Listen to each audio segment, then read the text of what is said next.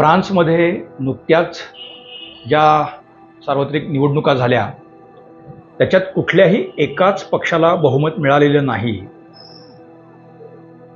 फ्रान्समधलं जनमत किती प्रमाणात विभागलेलं आहे त्याचं दर्शन या निवडणुकीत घडलेलं आहे।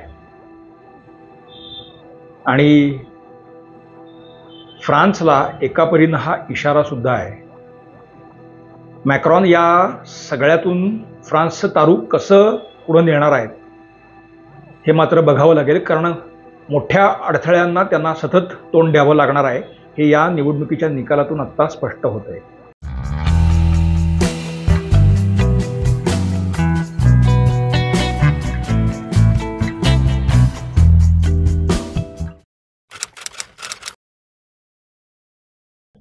नमस्कार, गोजोस्कोपमध्ये आपल्या सर्वांचं मनापासून स्वागत आहे।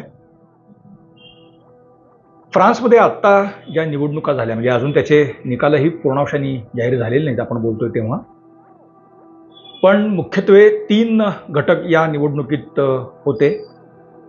एक म्हणजे मेरी ल पेन यांच्या नेतृत्वाखालची नॅशनल रॅली ही कडवी उजवी विचारधारा मानणारा एक गट आहे। मॅक्रॉन हे मध्यमवर्गी किंवा ज्याला सेंटर लेफ्ट असं म्हणता येईल असे, आणि मेलेंचॉ नावाचे जे एक नेते आहेत त्यांच्या नेतृत्वाखालची पूर्ण डावी आघाडी, असे हे 3 या निवडणुकीतले सगळ्यात मोठे घटक होते।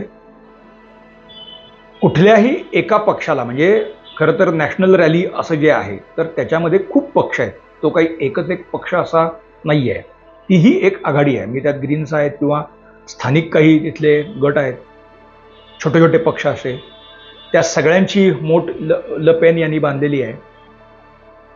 मॅक्रॉन यांचा पक्ष सुसंघटित आहे आणि मेलेंचॉ यांचा जो डावी आघाडी आहे तर त्याच्यातही सोशलिस्ट किंवा समाजवादी विचारसरणीच्या पक्षांची जे 3 ते 4 पक्ष असे ते आहेत, पण त्यांची मोठ एकत्र बांधलेली आहे।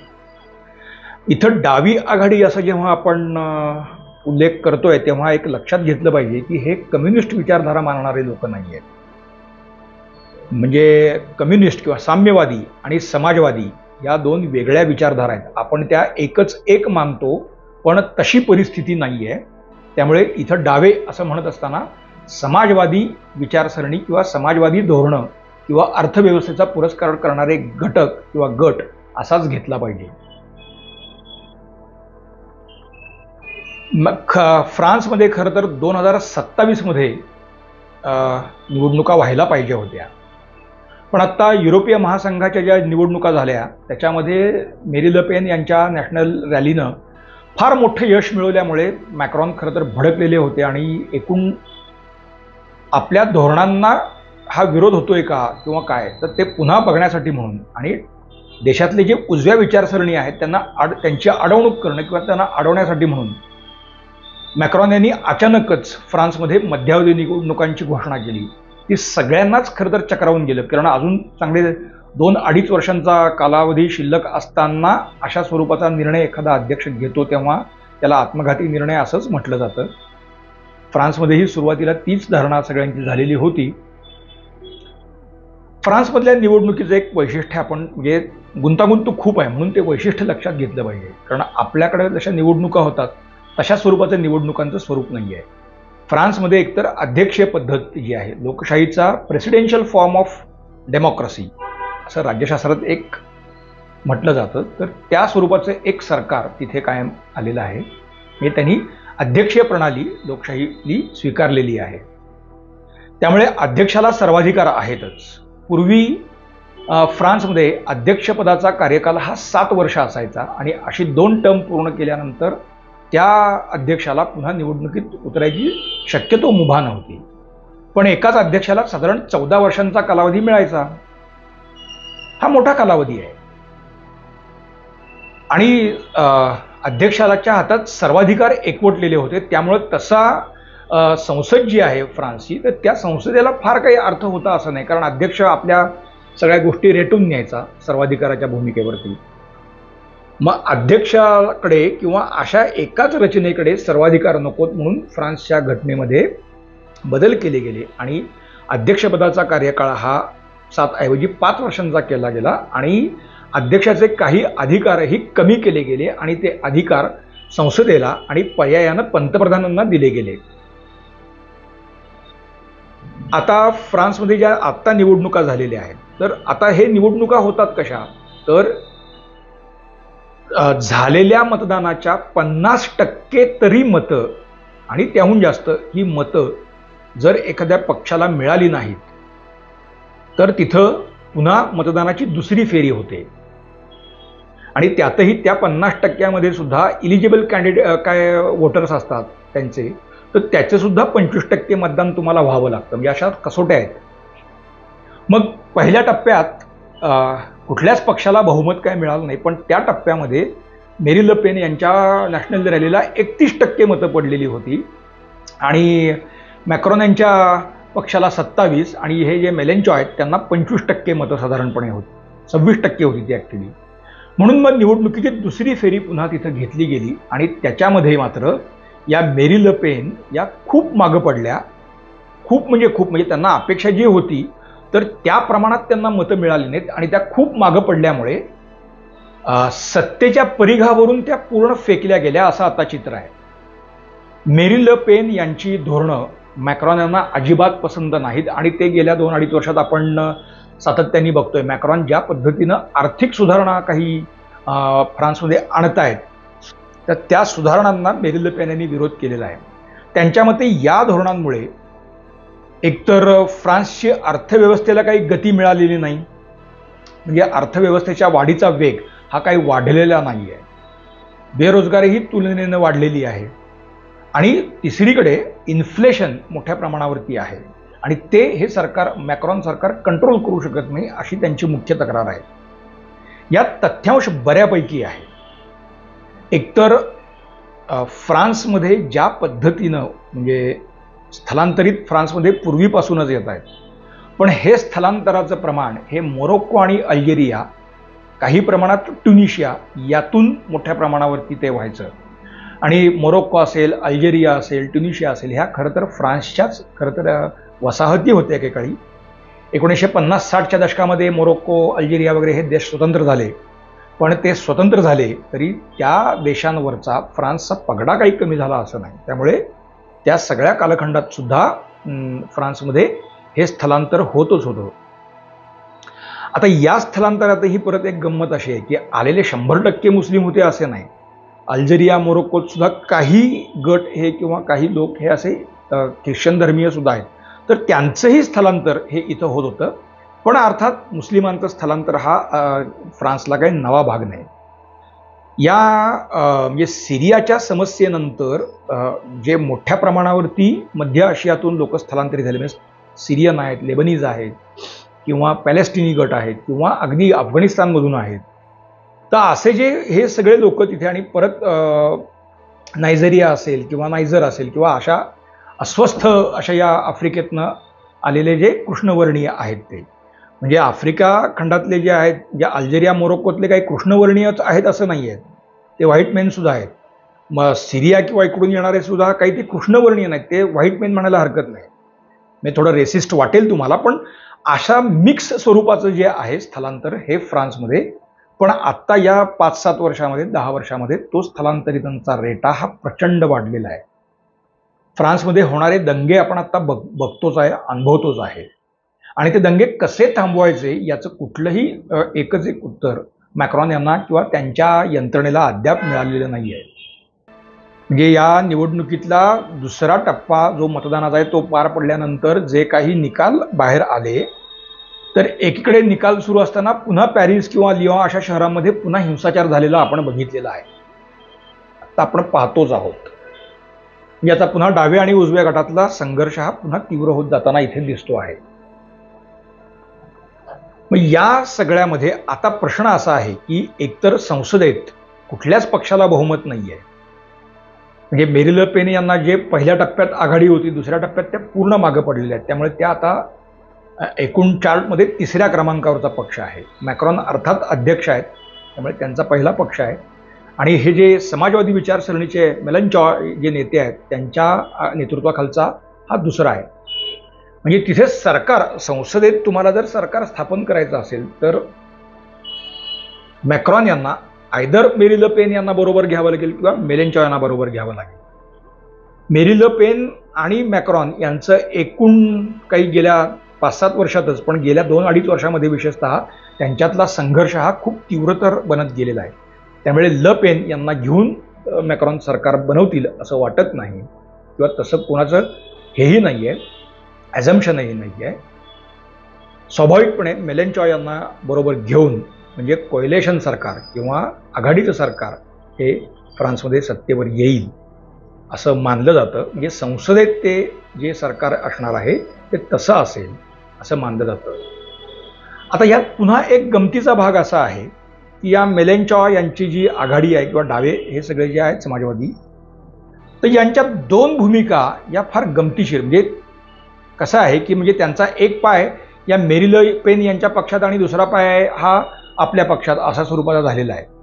म्हणजे काय तुम्हाला सांगतो की मेलेनचॉ यांचा सगळ्यात जो मुद्दा आहे महत्त्वाचा, स्थलांतरितांना आमच्या देशात तुम्ही येऊ देऊ नका, ही त्यांची भूमिका आहे. मग तीच मेरी ल पेन यांची सुद्धा आहे. स्थलांतरितांना कसलेही अधिकार नको, जे आत्ता आलेले आहेत ते त्यांना हाकलून द्या, अशी त्यांची भूमिका आहे. मेरी ल पेन यांना सुद्धा तेच म्हणायचं आहे. मग ते त्यासाठी आर्थिक काही मुद्दे जे मांडतात ते मेरी ल पेन आणि यांचे सुद्धा सारखेच आहेत. पण यात मूलभूत फरक असा आहे की मेरी ल पेन या काय ज्याला सांस्कृतिक आणि धार्मिक या अनुषंगाने तो मुद्दा मांडतात. म्हणजे फ्रान्सची संस्कृती आणि धर्म हे वेगळं आहे, ते इंटॅक्ट आहे. आणि स्थलांतरित जे आले आहेत, अर्थात त्यांना मुस्लिम असंच म्हणायचं आहे, तर त्यांचा जो हिंसाचार किंवा त्यांचा एकूण या संस्कृतीवरचा आक्रमण, अर्थव्यवस्थेचं आक्रमण हे आम्हाला मान्य नाही, ही त्यांची भूमिका आहे. हे जे मेलेनचॉ आहेत त्यांची अशी भूमिका नाही आहे. त्यांच्या मते हे स्थलांतरित आल्यामुळे जे फ्रेंचमन आहेत, जे फ्रान्सचे जे नागरिक आहेत, तळागाळातले असतील किंवा मध्यम असतील, तर त्यांचा रोजगार हा त्यामुळं गेलेला आहे. म्हणजे फ्रेंच नागरिकांना रोजगार जर मिळायचा असेल तर ह्या स्थलांतरितांना देशाबाहेर काढा, अशी यांची भूमिका आहे.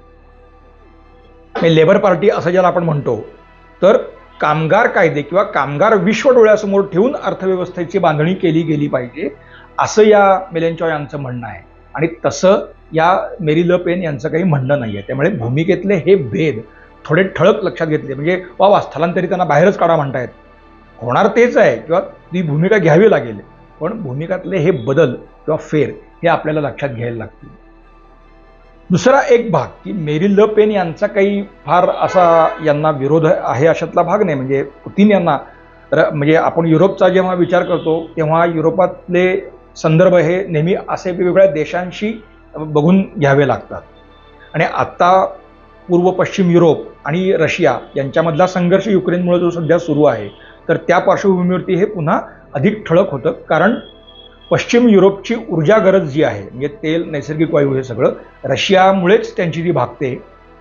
त्यामुळे रशियाबरोबरचे संबंध हा ब्रिटन असेल किंवा जर्मनी असेल किंवा फ्रान्स असेल किंवा अन्य युरोपीय देश असतील, तर त्याच्यामध्ये हा घटक फार गांभीर्याने विचार करावाच लागतो.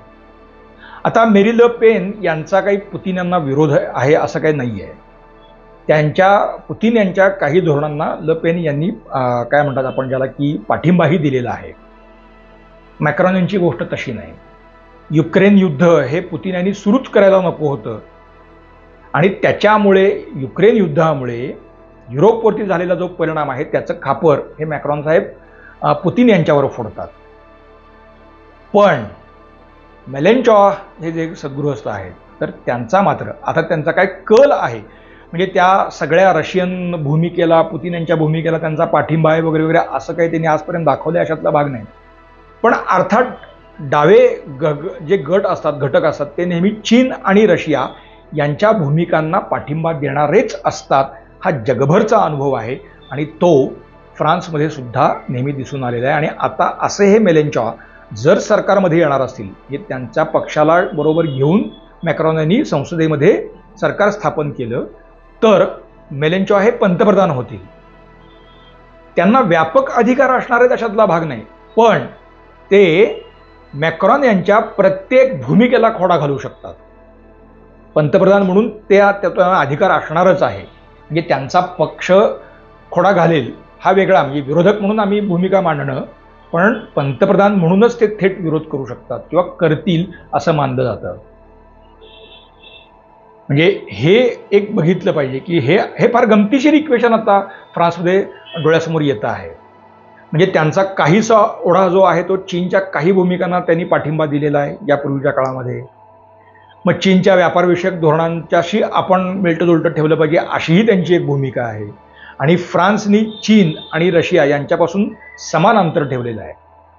तिसरा एक घटक असा आहे की म्हणजे एकूण फ्रान्सची जर आपण गेल्या 70-75 वर्षातली वाटचाल बघितली किंवा आधीची, पण विशेषतः दुसऱ्या महायुद्धानंतरच्या जगाची रचना आपण लक्षात घेतली, कारण तेव्हा संयुक्त राष्ट्रसंघ जन्माला आलं, अमेरिका नावाचा एक देश सुपर पॉवर म्हणून अमेरिका आणि रशिया उदयाला आले आणि शीतयुद्ध वगैरे हा इतिहास आपल्याला माहिती आहे. तर फ्रान्स म्हणजे ब्रिटननं कधीही अमेरिकेच्या धोरणांना विरोध केलेला नाहीये. म्हणजे अमेरिकेची धोरणं हीच ब्रिटनची धोरणं, इतकी समतानता या दोन्ही देशांच्या धोरणांमध्ये होती. पण फ्रान्सनी मात्र त्यांचं परराष्ट्र धोरण, संरक्षण धोरण, आर्थिक धोरण हे नेहमी अमेरिकेपेक्षा वेगळं ठेवलेलं आहे. फ्रान्समध्ये आता खूप अध्यक्ष आले गेले, पण ते कधीही अमेरिकेला शरण गेले नाहीत. त्यांनी अमेरिकेच्या धोरणांना विरोध करण्याचं सामर्थ्य वारंवार दाखवलं आणि मॅक्रॉन यांनी सुद्धा ती भूमिका कधीही बदललेली नाहीये. त्यामुळे नवं सरकार जेव्हा फ्रान्समध्ये सत्तेवर येईल तेव्हा एवढा व्यापक पट हा समोर असणार आहे. म्हणजे त्याचे युरोपातले पडसाद काय असणार आहेत, अमेरिका आणि फ्रान्सचे इक्वेशन कसं राहणार आहे, रशिया आणि फ्रान्सचे इक्वेशन कसं राहणार आहे, ही जेव्हा नेते सत्तेवर येतील. यापूर्वीच्या काळात मॅक्रॉन यांच्याकडे सर्वाधिकार होते, त्यांचा पक्षच संसदेतही बलाढ्य होता, एकसंध होता आणि म्हणजे त्याला बहुमत होतं. आता कोएलिशनमध्ये जायचं असल्यामुळे ज्या पक्षाला ते बरोबर घेतील त्या पक्षाच्या भूमिका सुद्धा त्यांना मान्य कराव्या लागतील. अर्थात ल पेन यांना घेऊन ते काही सरकार बनवतील असं वाटत नाही. त्याला आता या आठवड्याच्या शेवटी फ्रान्समध्ये सरकार सत्तेवर येईल, मग पंतप्रधान कोण वगैरे ते सगळं होईल. पण आत्ता जे दिसतं आहे ते या मेलेनचॉ यांना बरोबर घेऊनच सरकार बनवलं जाईल आणि अर्थात त्यांना घेतलं तर त्यांना पंतप्रधान म्हणून म्हणजे जबाबदारी दिली जाईल. मग अशी जबाबदारी दिली तर मॅक्रॉन यांचे जे काही प्राधान्यक्रमाचे विषय आहेत, म्हणजे अर्थव्यवस्था कशा पद्धतीनं गेली पाहिजे, तिथेच मुळात या मेलेनचॉ यांचा आणि मॅक्रॉन यांचा संघर्ष अटळ आहे. दुसरं असं की रशियाबरोबरची धोरणं जी आहेत ते फार खमकेपणानं मॅक्रॉन हाताळत होते. त्यांनी रशियाबरोबर भांडणही केलं नाही किंवा युक्रेनला त्यांनी वाऱ्यावरही सोडलं नाही, म्हणजे तो बॅलन्सिंग ॲक्ट. पण आता संसदेत अशा स्वरूपाची धोरणं आणताना त्यांना कायम मेलेनचॉ यांच्या नागदुऱ्या काढाव्या लागणार आहेत. आणि सगळ्यात तिसरा महत्त्वाचा भाग म्हणजे स्थलांतरितांचा विषय जो आहे तो मात्र या निमित्ताने पुन्हा ऐरणीवर येणार आहे आणि इथे मॅक्रॉन आणि त्यांचा पक्ष एकटा पडणार आहे अशी जवळपास चित्र आत्ताच दिसतं आहे. मग या सगळ्याचा म्हणजे विचार करताना पुन्हा एक स्थलांतरितांवरून एक विषय समोर सहज आला. म्हणून ब्रिटनमध्ये आपल्याला एक गोष्ट अशी दिसली की अर्थात मुस्लिमांनी एक गठ्ठा मतदान केल्यामुळे तिथे लेबर पार्टीला म्हणजे मजूर पक्षाला 400च्या पुढे पल्ला गाठता आला आणि प्रथम अनेक वर्षानंतर पहिल्यांदाच इतकं भक्कम बहुमत एका पक्षाला मिळण्याची इथं किमया साधली गेली. मग फ्रान्समध्ये असं चित्र दिसलं की नाही, पण त्याला 2-3 पदर आहेत. म्हणजे फ्रान्समध्ये अल्जेरिया किंवा मोरोक्कोतून पहिल्या टप्प्यात दुसऱ्या टप्प्यात जे स्थलांतरित आले जे मुस्लिमच होते, ख्रिश्चनांचा विषय येणार नाही, पण जे मुस्लिम, तर ते त्यांच्या स्थानिक देशामध्ये जी काही एकाधिकारशाही किंवा कडवेपणा जो धर्माचा आहे ते न रुचल्यामुळं आलेले हे सगळे लोक होते आणि हळूहळू ते फ्रेंच संस्कृतीत ते अगदी मिसळूनही गेलेले होते. यापूर्वीच्या काळात आपण कधी फ्रान्समध्ये मुस्लिम आणि ख्रिश्चन असा संघर्ष बघितलेला पण नाही आहे, म्हणजे ही तत्त्व त्यांना मान्य होती. पण आत्ता जो एक गट आलेला आहे हा मध्य आशिया किंवा आफ्रिकेच्या काही मध्यभागातून आलेले सगळे जे कृष्ण आणि श्वेतवर्णीय हे जे सगळे आहेत हे मात्र खूप रॅडिकलाइज आहेत आणि हे गट मोठ्या प्रमाणावरती दंगा करत आहेत. पण यातल्या अनेक गटांनी ल पेन यांना यातल्या अनेकांना जो आता मतदानाचा अधिकार मिळालेला आहे, म्हणजे पुन्हा एक गंमत अशी, फ्रान्स हा आपण म्हणतो की खूप सुशिक्षित आणि असा पुढारलेला देश, पण फ्रान्समध्ये आज तक कधीही 42-45% वरती मतदान झालेलं नाही आहे. या वेळेला पहिल्यांदाच मतदानाची टक्केवारी 60% गेलेली आहे. मग जो मागच्या वेळेला 42% मतदान होतं, म्हणजे हे जे 18% वाढीव आहे ते हे जे स्थलांतरित आलेले आहेत आणि त्यातल्या ज्यांना मतदानाचा अधिकार मिळालेला आहे त्या सगळ्या तरुण वर्गांनी मतदान केल्यामुळे ल पेनबाई मागं पडल्या आणि मेलनचॉ यांचा पक्ष पुढे आला. पण मॅक्रॉन आणि मेरी ल पेन यांच्या भूमिका मान्य असणारा ख्रिश्चन आणि फ्रेंच तत्व काय ज्याला आपण संस्कृती म्हणतो ते मानणाराही वर्ग अजूनही मोठ्या प्रमाणावर आहे आणि तोही मतदानाला बाहेर पडल्यामुळे आपल्याला एका पक्षाला बहुमत मिळालेलं आपल्याला दिसलेलं नाही आणि त्यातच मॅक्रॉन यांचे सुद्धा तारू निघून आलेला आहे. म्हणजे स्नॅप पोल्स किंवा ज्याला आपण मध्यावधी निवडणुकांचा जो जुगार मॅक्रॉन खेळले तर त्यात ते यामुळे पण यशस्वी झालेले आहे. असो, आता फक्त राहिला एक प्रश्न असा की भारतावरती याचे काय परिणाम होते. म्हणजे हे डावे गट आता तिथे आलेले आहेत. भारतावरती माझ्या मते यातला फार मोठा म्हणजे आता तिथे मेलेनचॉ समजा जरी पंतप्रधान झाले आणि त्यांनी मॅक्रॉन यांच्या काही भूमिकांना विरोध करायचा प्रयत्न केला किंवा तसा विरोध वगैरे केला तरी भारताबाबतच्या भूमिकांविषयी मात्र तसा काही विरोध होण्याची शक्यता मला तरी काही दिसत नाही.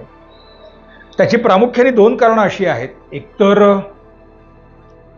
भारत आणि फ्रान्सचे गेल्या 70 वर्षामध्ये जे संबंध आहेत ते खूप चांगले राहिलेले आहेत.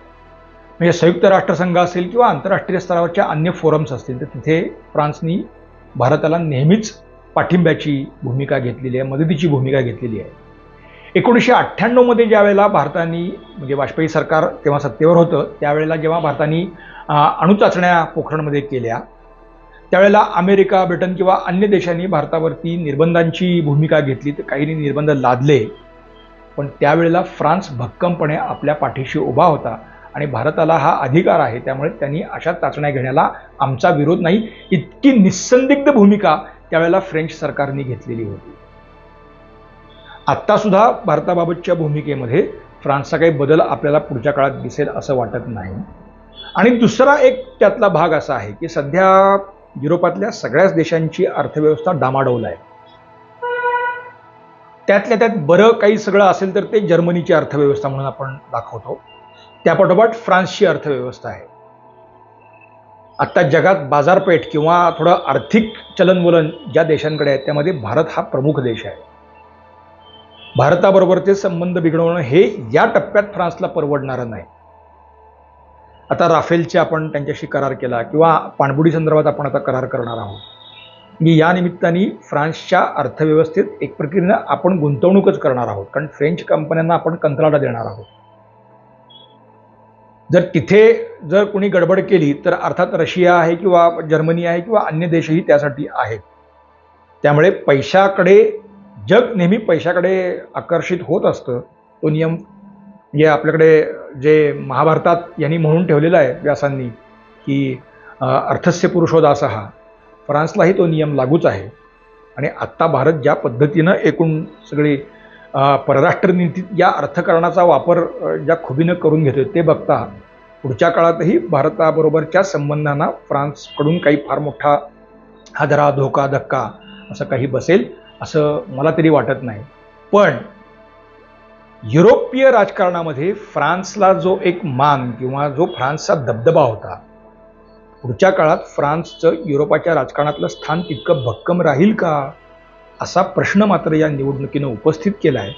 आणि समजा जर ते मेलेनचॉ पंतप्रधान झाले तर मेलेनचॉ आणि मॅक्रॉन यांचं जर गणित किंवा काय ते इक्वेशन जर बसलं नाही, सरकारमध्ये सतत जर खटके उडायला लागले तर युरोपाच्या राजकारणावरती फ्रान्सचा असलेला जो वरचष्मा आहे तो त्यामुळे सुद्धा हळूहळू लयास जाण्याची शक्यता नाकारता येत नाही. त्यामुळे सध्या तरी फ्रान्सच्या निवडणुकांमध्ये खेला होबे एवढंच आपल्याला म्हणता येईल. मित्रांनो, आमचं आजचं विश्लेषण आपल्याला कसं वाटतं आम्हाला जरूर सांगा. तुमच्या सूचनांचं स्वागत आहे. लाईक करा, शेअर करा, सबस्क्राईब करा, बेल आयकॉन दाबायला विसरू नका. पाहत रहा गोजोस्कोप. धन्यवाद.